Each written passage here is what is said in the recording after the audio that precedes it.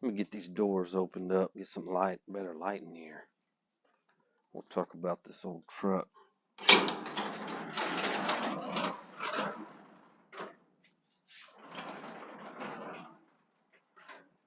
Okay.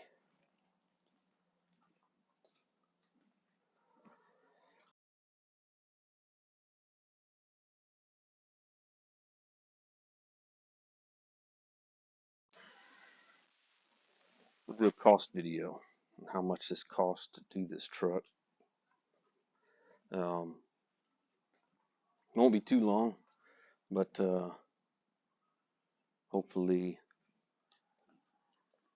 let's give some people an idea of what it costs. Let me get this laptop set up. Okay. Hopefully this works. All right, here we go. All right, so if we start off with the trucks, I paid $7,000 for the donor, and then I paid $1,800 for the 86, which comes out to $8,800. The donor truck at the time, and it had 123,000 on it. When I got it, right at 123. Let's see.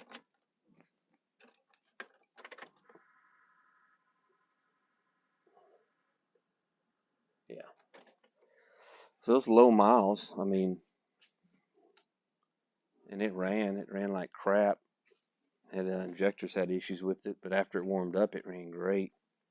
I got it during the pandemic.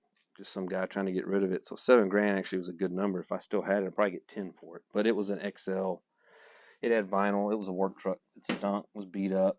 Paint was bad. If you look, I'll put a link in my description of the video of where I go through the donor truck. It looked okay, but it wasn't a good enough truck to keep. So as far as upgrades, I'll try to hold this as still as I can.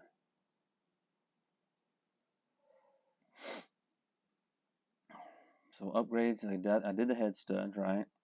And I took the heads off myself. I did all the engine work you can see in that video. Checked the heads, they were flat. I cleaned them up, I lapped them. I don't know how many hours I have in those heads lapping. And I lapped the block too. Cleaned the block and lapped it too.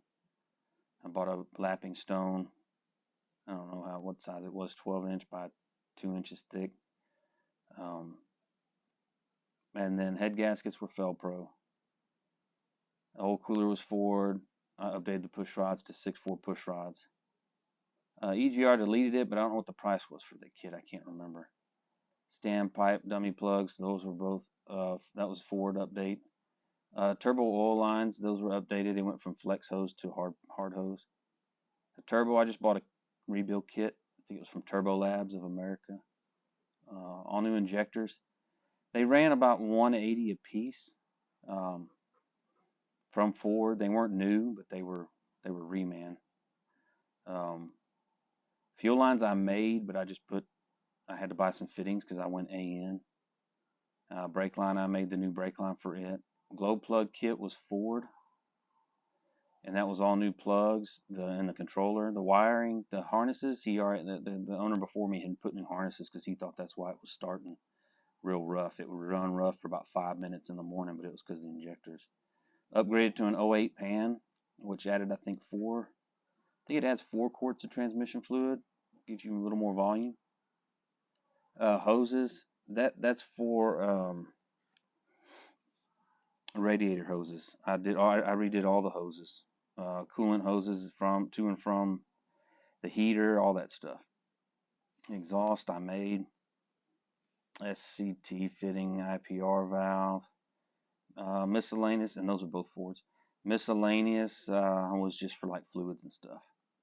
I had to pay $300 to have somebody come weld the frame because I wanted it done right. And then suspension, which was Bilstein shocks and stuff up front. But total cost of the upgrades was a little over $5,000. and I had a budget of 7. I didn't want to go over 7, so I had 1,800 left. Now, let me see if I can get this thing to scroll a little bit. So it comes out to right at 14. I don't know why I had this column here. I think this column was if I didn't get injectors and I just were to build the truck. I don't know, maybe not. So it came right up to 14, which isn't really bad. I mean, but there's some stuff that I know I left off of there. So like I got this new thing with, it's got tunes on it, but I haven't tuned it yet. But I got it to read all my parameters and stuff, so I keep an eye on it. So, you know, the labor is not even on here. I don't know how much labor I have going into, you know, cutting and welding the frame, rebuilding the motor, well, the top end of the motor, you know, having that thing all torn apart. You know, 14's not bad. And then if I add other miscellaneous stuff that I left off, even 15, you know, I think that's not too bad. Now, I'm trying to find a truck these days, a donor truck, if somebody wants to go this route. Trying to find a donor truck, it'd have to be a wrecked one. I mean, finding a complete truck like I did, I just kind of lucked out. I was in the right place at the right time, you know. And I was looking on Copart before I found mine, and they were still wanting 7 or 8 for ones that were wrecked, but they were lariats, you know. The donor truck I picked up was a XL, you know, it was vinyl seats, vinyl floor, all that. Put an exhaust tip on it. I don't know if I had that in the last video. Still don't have a rear bumper. This one won't fit. That was fitted for the F-150 frame, which I still have that out there. But yeah, rear bumper. I'm gonna get a pipe bumper from somewhere. Not real sure yet. Ranch Hand is close by me. I think Rough Country or Tough Country, one of those. I'll get a rear bumper. I think I might just take that hitch off. I did pull something with it. As a matter of fact, I pulled, I don't know how many pounds. I think it was 4 to 5,000 pounds, that car right there. I bought that to drive back and forth to work, and I hauled it on a trailer because it'd been sitting for 2 years. 2014 Mazda 3. Did like a little mini restoration on that. The truck pulled great, man. It was fantastic. But I think I'm gonna put a bumper on there. I might take that hitch off just to see what it looks like. But we'll see. But yeah, so, you know, all in all, 15 labor. I don't even know how many hours I have into this thing, you know. So I'm not real sure what to put on labor, but, you know, if I had to sell this truck, you know, if I put 15K into it just in parts, I don't know what, you know, what would somebody give me for this truck? It's not 100%. I mean, the paint's not even, you know, I didn't paint the truck. It's got dings in it, you know. It's missing trim. It's got rust on this front fender that I stopped. But, you know, windshield's got cracks in it. So it's not a SEMA truck. It's not 100%, but the truck I can get into, go to Lowe's or whatever, Walmart, whatever y'all have up where you're from. But, you know, just go get something, throw some stuff in the bed, and, you know, not care if it gets dinged up. But at the same time, you know, you can see my headliner's already falling down. Guess the glue just ain't, I don't know. I used the wrong glue. I guess I should have figured something for the Texas heat. The door closes a lot better. That it's starting to form that new door jamb seal. I barely even have to push it. But yeah, so the cost to build this truck was 15 grand. I think it took me, it was over a year. It's been, oh man, maybe 2 years. I can't remember. I have to look back. There's still stuff I want to do to it though. And maybe the next video, I'm not going to stop making videos. I'll make another one on, what I would have done last, or what I should have done, if I had to do it over again, all that junk. But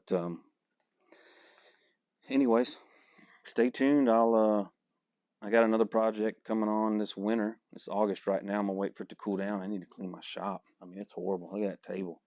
Table's a mess. I mean, it's just still. I haven't posted a video in a while. This is just. I mean, I gotta get all these tools cleaned up and get all this stuff, and then get rid of that. I'm gonna sell that and get rid of that. Take all that metal to the metal place. I don't know what I'm doing with that bench seat, but I got a lot of stuff I need to get rid of in here and clean this shop up a little bit better. But I think my next project will be, my next thing I'm gonna do is I'm gonna take this King Ranch truck and I'm gonna level it out and these new tires. I took it to Ford and they would not inspect it. They wouldn't pass inspection because the tires were bad. So I'll put a leveling kit on that with some tires, and then you can barely see it, but there is a car under that, and that'll be the next engine swap. So maybe I'll shoot a video on that pretty soon. Thanks.